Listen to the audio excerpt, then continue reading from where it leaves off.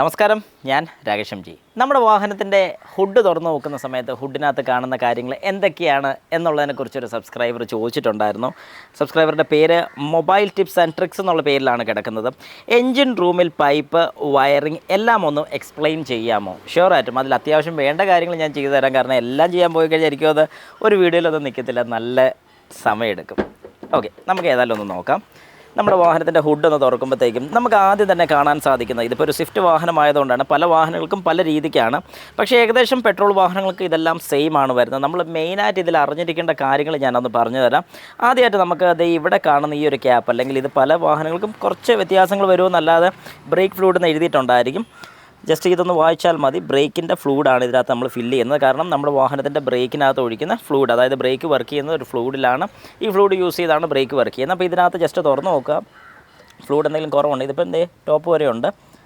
അപ്പോൾ ഇതിൻ്റെ കളർ മാറിയിട്ടുണ്ടെന്നുണ്ട്. ഇതിപ്പോൾ ബ്രൗൺ കളറായി വരുന്നുണ്ട്. മാറാനുള്ള ടൈം ആയെന്നുള്ളതാണ് അതിൻ്റെ സൂചന. ശരിക്കും പറഞ്ഞാൽ അത് വൈറ്റ് കളറിൻ്റെ ഉണ്ട്, റെഡ് കളറും അവൈലബിൾ ആണ്. .3, .4 രണ്ട് അവൈലബിൾ ആണ്. അതിലേതാണ് നമ്മുടെ വാഹനത്തിൽ ഓടിക്കേണ്ടത് നോക്കി ആ സെയിം തന്നെ ഫില്ല് ചെയ്യാൻ ശ്രമിക്കുക.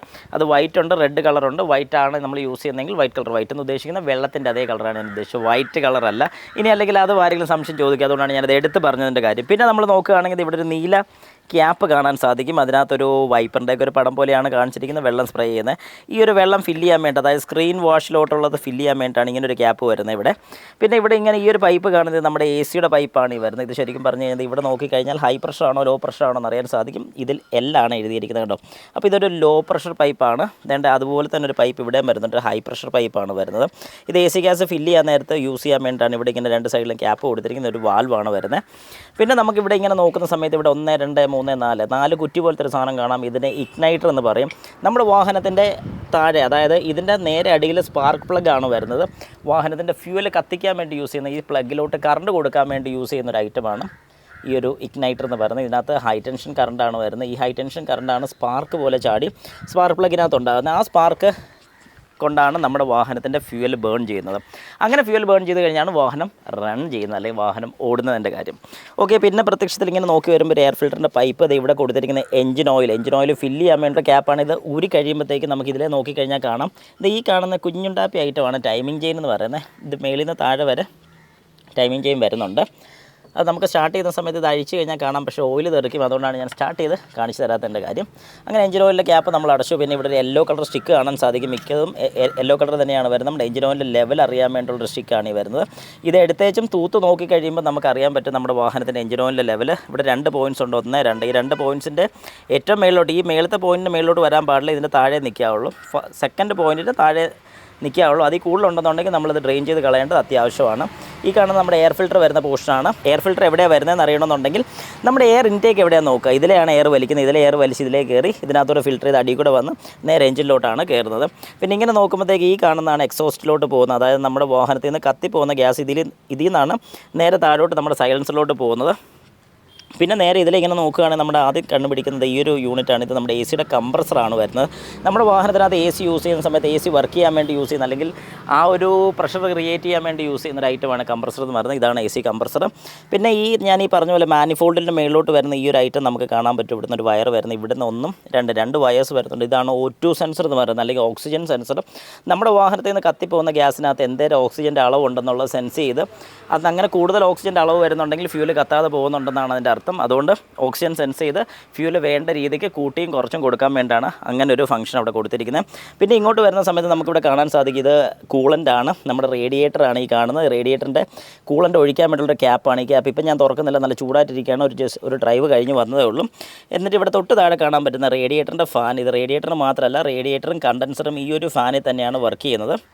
പിന്നെ നമുക്കത് കഴിഞ്ഞ് മാറുന്ന സമയത്ത് ഇവിടെ രണ്ട് 3 ഹോസ് കാണാൻ സാധിക്കും. ഇത് റേഡിയേറ്ററിലോട്ട് കയറുന്ന ഹോസും താഴോട്ട് ഇറങ്ങുന്ന ഹോസുമാണ് ഈ കാണുന്നത്. ഇവിടെ നമുക്ക് നോക്കുമ്പോൾ ഇവിടെ കുറേയേറെ സെൻസേഴ്സ് കാണാൻ സാധിക്കും. ഇതൊരു TP സെൻസർ, ത്രോട്ടിലിൻ്റെ പൊസിഷൻ സെൻസ് ചെയ്യാൻ വേണ്ടി യൂസ് ചെയ്യുന്നതാണ്. ഇത് ആക്സിലേറ്റർ ഇപ്പം കേബിളോ കാര്യങ്ങളോ ഒന്നും വരുന്നില്ല, ഈ ഒരു യൂണിറ്റ് തന്നെയാണ് യൂസ് ചെയ്യുന്നത്. നമ്മൾ ആക്സിലേറ്റർ പെഡൽ കൊടുക്കുന്നതിനനുസരിച്ച് ഇവിടെ ഒരു റെഗുലേറ്റർ ആണുള്ള, ആ റെഗുലേറ്റർ ഓപ്പണും ക്ലോസുമാണ് ചെയ്യുന്നത്. ഒരു വാൽവുണ്ട്, ആ വാൽവിൻ്റെ ഒരു മോട്ടറാണ്, ഒരു ആക്ച്വേറ്ററാണ് കൺട്രോൾ ചെയ്ത് എത്രത്തോളമാണ് നമ്മൾ ആക്സിലേറ്റർ കൊടുക്കുന്നത് അത്രത്തോളം ആ ബട്ടർഫ്ലൈ വാൽവ് വാൽവ് ഓപ്പണും ക്ലോസും ചെയ്യുന്നത്. ഇതിനെക്കുറിച്ച് ഞാനൊരു വീഡിയോ ചെയ്തിട്ടുണ്ട്. അതിൻ്റെ ലിങ്കും കൂടെ നമ്മുടെ ഡിസ്ക്രിപ്ഷൻ ബോക്സിലോട്ട് ഞാൻ കൊടുത്തേക്കാം. പിന്നെ ഈ കാണുന്ന ബാറ്ററിയിൽ നിന്ന് വരുന്ന കണക്ഷൻസ് വേണ്ട ഇവിടെ കുറച്ച് ഫ്യൂസ്, മെയിൻ ഫ്യൂസ് നമുക്ക് കാണാൻ സാധിക്കും. ബാറ്ററിയിൽ നിന്ന് മെയിനായിട്ട് ഔട്ട് വരുന്ന ഫ്യൂസസ് ആണ് നമുക്കിവിടെ കാണാൻ സാധിക്കുന്നത്. പിന്നെ ഈ കാണുന്ന ഒരു ECM ആണ് വരുന്നത്. അതായത് നമ്മുടെ വാഹനത്തിൻ്റെ ഫുൾ കൺട്രോൾ ചെയ്യുന്ന ഇലക്ട്രോണിക് കൺട്രോൾ യൂണിറ്റാണ് ഈ വരുന്നത്. എല്ലാ കാര്യത്തിലോട്ടും, അതായത് ഏതൊക്കെ കാര്യങ്ങൾ ഏതൊക്കെ ഫങ്ഷൻസൊക്കെ ചെയ്യുന്നു അതെല്ലാം ECM പറഞ്ഞിട്ടാണ് നമ്മുടെ വാഹനത്തിലെല്ലാം നടക്കുന്നത്. ഇപ്പോൾ ഫ്യൂവൽ ബേൺ ചെയ്യുന്നതാണെങ്കിലും സ്പാർക്ക് കൊടുക്കുന്നതാണെങ്കിലും ഇതെല്ലാം കൺട്രോൾ ചെയ്യുന്ന ECM എന്ന് പറയുന്ന യൂണിറ്റ് തന്നെയാണ്. പിന്നെ റേഡിയേറ്ററിൻ്റെ തൊട്ട് സൈഡിൽ വരുന്ന ഈ ഒരു പോർഷനാണ് റിസർവ് ടാങ്ക് എന്ന് പറയുന്നത്. അതായത് റേഡിയേറ്ററിൻ്റെ എപ്പോഴാണോ റേഡിയേറ്ററിനകത്ത് കൂടുതൽ വെള്ളം ആവശ്യം വരുന്നത് അല്ലെങ്കിൽ കൂളൻ്റ് ആവശ്യം വരുന്നത് അന്നേരം വാക്യൂം വാൽവ്, ഈ ഒരു ക്യാപ്പിനകത്ത് തന്നെ വരുന്ന വാക്യൂം വാൽവ്, ഈ ഒരു ക്യാപ്പിനകത്ത് വരുന്ന വാക്യൂം വാൽവ് ഓപ്പൺ ആയി കഴിയുമ്പോൾ ഇതിൽ നിന്ന് അങ്ങോട്ട് വെള്ളം സക്ക് ചെയ്യും. എപ്പോഴാണോ ഇതിനകത്ത് ചൂട് പ്രഷർ കൂടുന്നതിനനുസരിച്ച് ഇതിൽ നിന്നുള്ള രണ്ടാമത്തെ വാൽവ് യൂസ് ചെയ്ത് ആ വെള്ളം തിരിച്ച് അല്ലെങ്കിൽ ആ കൂളൻ്റ് തിരിച്ച് ഈ ഒരു റിസർവ് ടാങ്കിലോട്ട് കൊണ്ടുവരുന്നതായിരിക്കും.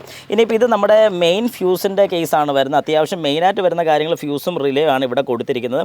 അല്ലാത്ത നമ്മുടെ വാഹനത്തിനകത്ത് തന്നെ ഒരു സെപ്പറേറ്റ് റിലേ കണക്ഷനും സെപ്പറേറ്റ് ഒരു ഫ്യൂസിൻ്റെ കേസായിട്ട് തന്നെ വരുന്നുണ്ട്. ഇത്രയും കാര്യങ്ങളാണ് മെയിനായിട്ട് നമ്മുടെ വാഹനത്തിൻ്റെ ഒരു ഹുഡ് തുറന്നു കഴിഞ്ഞാൽ നമുക്ക് കാണാൻ കിട്ടുന്നത്. പിന്നെ നമ്മുടെ ഗിയർ സെലക്ടർ അസംബ്ലിയും കൂടെ നമുക്കിവിടെ കാണാൻ സാധിക്കും. നമ്മുടെ ഗിയർ മാറ്റുന്നത് ഫസ്റ്റ്, സെക്കൻഡ്, തേർഡൊക്കെ മാറ്റാൻ വേണ്ടിയുള്ള ന്യൂട്രൽ പൊസിഷനാണ് നമ്മൾ ഈ കാണുന്നത്. ഇതാണ് ന്യൂട്രൽ പൊസിഷൻ. ഇത് ഫസ്റ്റ്, സെക്കൻഡ്, തേർഡ് ഇങ്ങനെ പോകുന്ന, ഇത് നമ്മൾ ന്യൂട്രൽ ഇട്ട് കഴിഞ്ഞ് മാറ്റുന്നതാണ്. അപ്പോൾ ഇതാണ് പരിപാടി. ന്യൂട്രലല്ല, നമ്മുടെ ന്യൂട്രൽ അങ്ങോട്ടും ഇങ്ങോട്ടും അനക്കുന്ന ഫംഗ്ഷനാണ് നമ്മൾ ഈ കാണുന്നത്, കണ്ടോ. പിന്നെ നമുക്കിങ്ങനെ നോക്കുന്ന സമയത്ത് വേണ്ട ഇവിടെ ഒരു ബുഷ് കാണാൻ സാധിക്കും. ഇത് നമ്മുടെ മെയിൻ, അതായത് രണ്ട് സൈഡിലുള്ള ഷോക്ക് അല്ലെങ്കിൽ സ്ട്രട്ടിൻ്റെ മേളിൽ വരുന്ന ബുഷ് കിറ്റാണ് ഈ വരുന്നത്. ഇവിടെ രണ്ട് സൈഡിലായിട്ട് അത് വരുന്നുണ്ട്.